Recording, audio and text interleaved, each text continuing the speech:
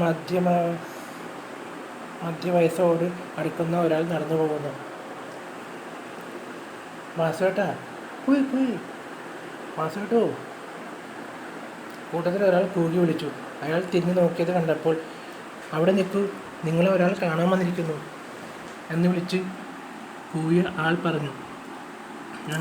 ഞങ്ങൾ കൂടെ വരണോ? പൂജാരിയും കൂട്ടരും അഭിയോട് ചോദിച്ചു. വേണ്ട, ഞാൻ സംസാരിച്ചോളാം എന്ന് പറഞ്ഞ് തന്നെ കാത്തിരിക്കുന്ന വാസുവേട്ടൻ അടുത്തേക്ക് അഭി വന്നു. ആരാ, എന്താ കാര്യം? അഭിയെ കണ്ട പാടെ അയാൾ ചോദിച്ചു.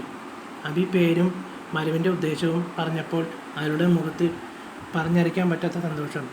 ഇപ്പോൾ വീട്ടിലേക്ക് വരുന്നോ, അതോ വീട്ടുകാരെയും കൂട്ടി വരുന്നോ? ഞാൻ നാളെ വൈകിട്ട് വരാം, വീട്ടുകാരുമൊത്ത് അഭി പറഞ്ഞു. എന്നാൽ അങ്ങനെ ആവട്ടെ, വാസുവേട്ടൻ പറഞ്ഞു. അയാളുടെ യാത്ര പറഞ്ഞ് അഭി തിരിച്ചും ഈശ്വരനെ സ്തുതിച്ചുകൊണ്ട് വാസുവേട്ടൻ വീട്ടിലേക്ക് നടന്നു.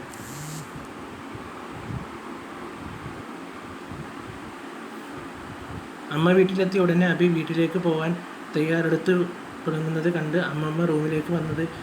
ഇത്ര തിരക്കായോ പോകാൻ? അമ്മമ്മ ചോദിച്ചു. അതെ അമ്മമ്മേ, ഞാൻ ഉമ്മറത്തേക്ക് വരാനിരിക്കുമായിരുന്നു.